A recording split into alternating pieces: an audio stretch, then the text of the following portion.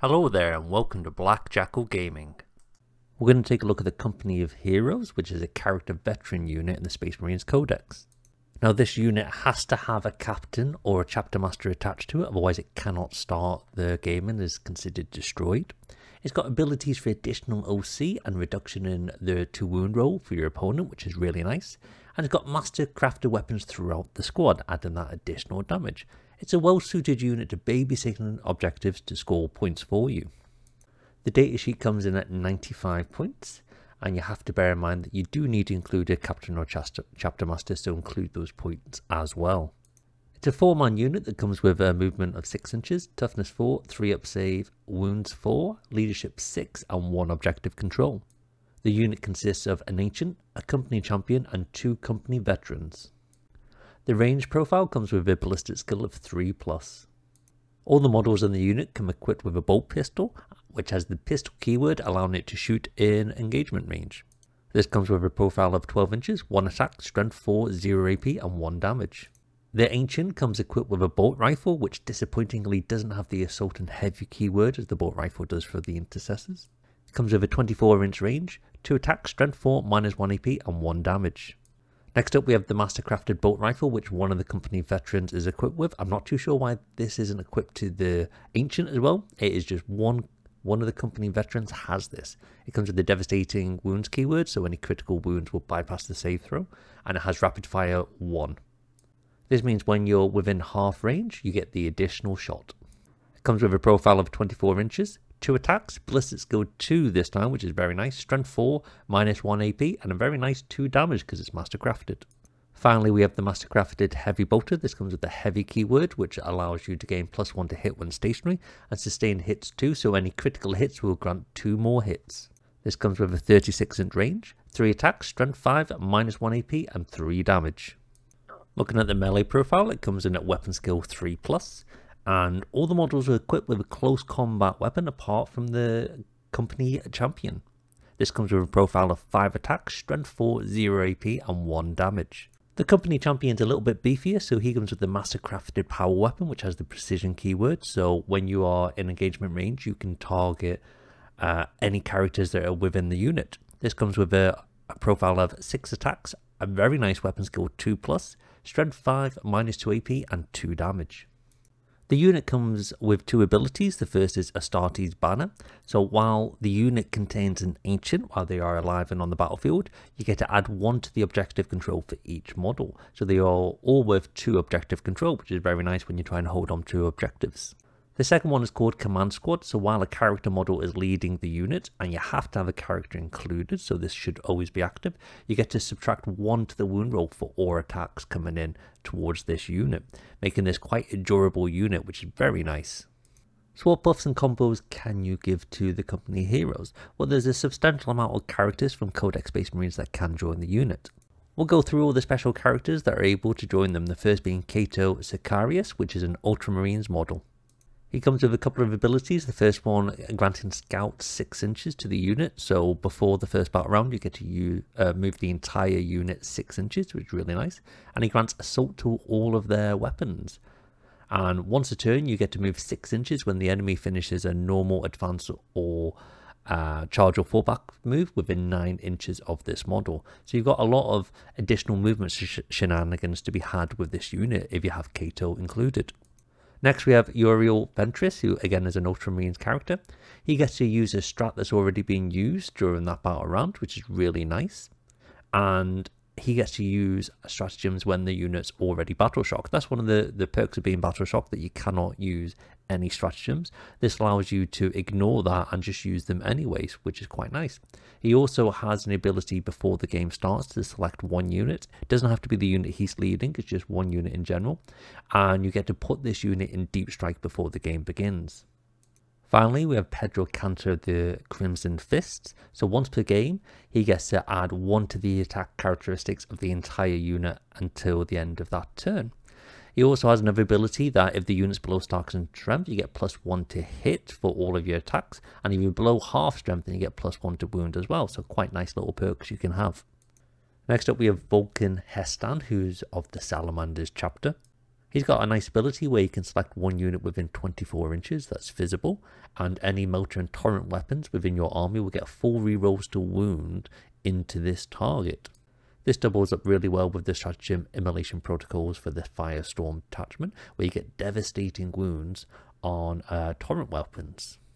As well as this, at the start of a battle, he can select one objective as a priority objective, and when he's within range of this objective, the characteristics on his datasheet will change to Objective Control 10, Leadership 5+, and Feel No Pain 4+ against all wounds, which is a really nice buff.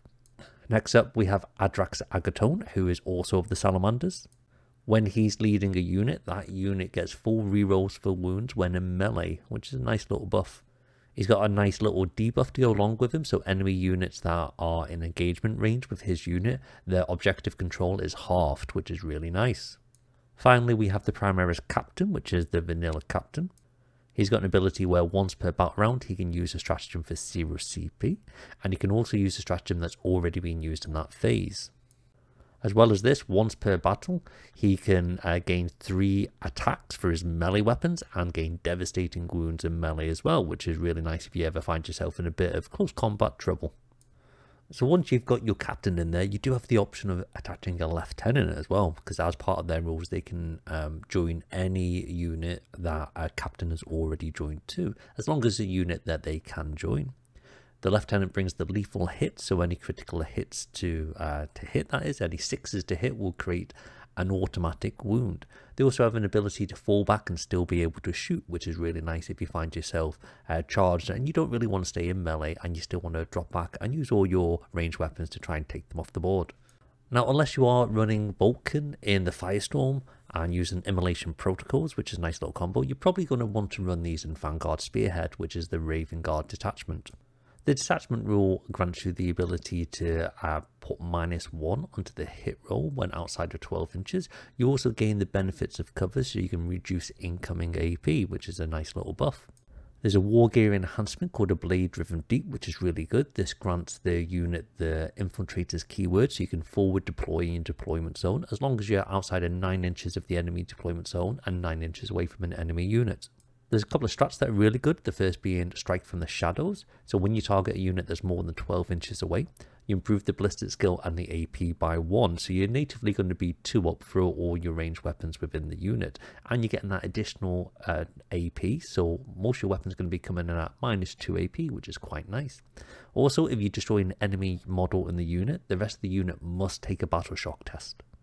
Finally, we have Surgical Strikes.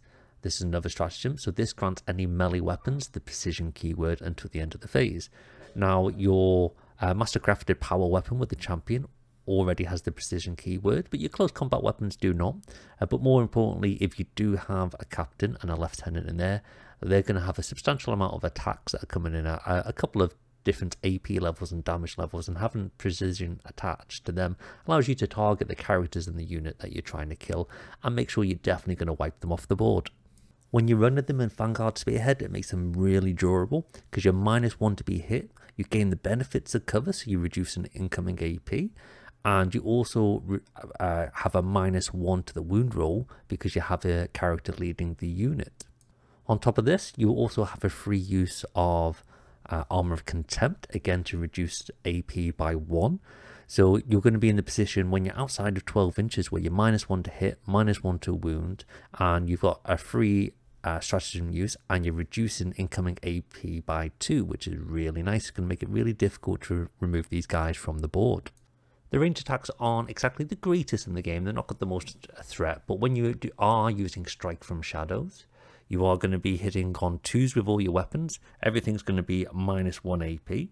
And don't forget that we've got Sustain Hits 2 on the Heavy Bolter, and it comes with a heavy keyword as well. So if you're stationary and someone gives you a -1 to hit, you're going to stay on your 2s anyway. For the other weapons like the Mastercrafted Bolt Rifle, that's natively 2s anyway.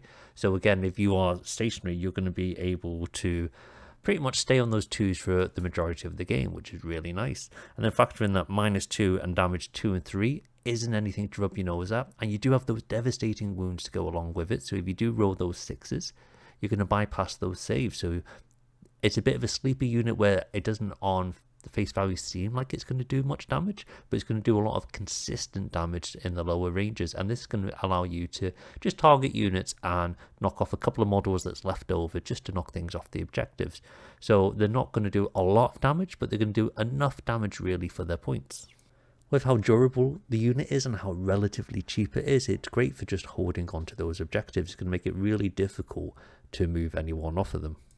With them being only toughness 4, that -1 to wound will mean that nothing in the game will actually wound them on 2s, which again makes them very hard to target and move off, because you're not going to have much consistency when you're targeting, especially when a lot of these weapons that are more your strengths 10s, 11s and 12s, they don't have an awful lot of shots. So if you're then relying on a potentially what's going to be a 3 or 4 to hit, a 3 to wound, you're not really going to be able to damage enough of these models to make it a big difference really and remove them from objectives. Check out these other videos, hit the like and subscribe button, pop over to Patreon to say hello, and I'll see you next time.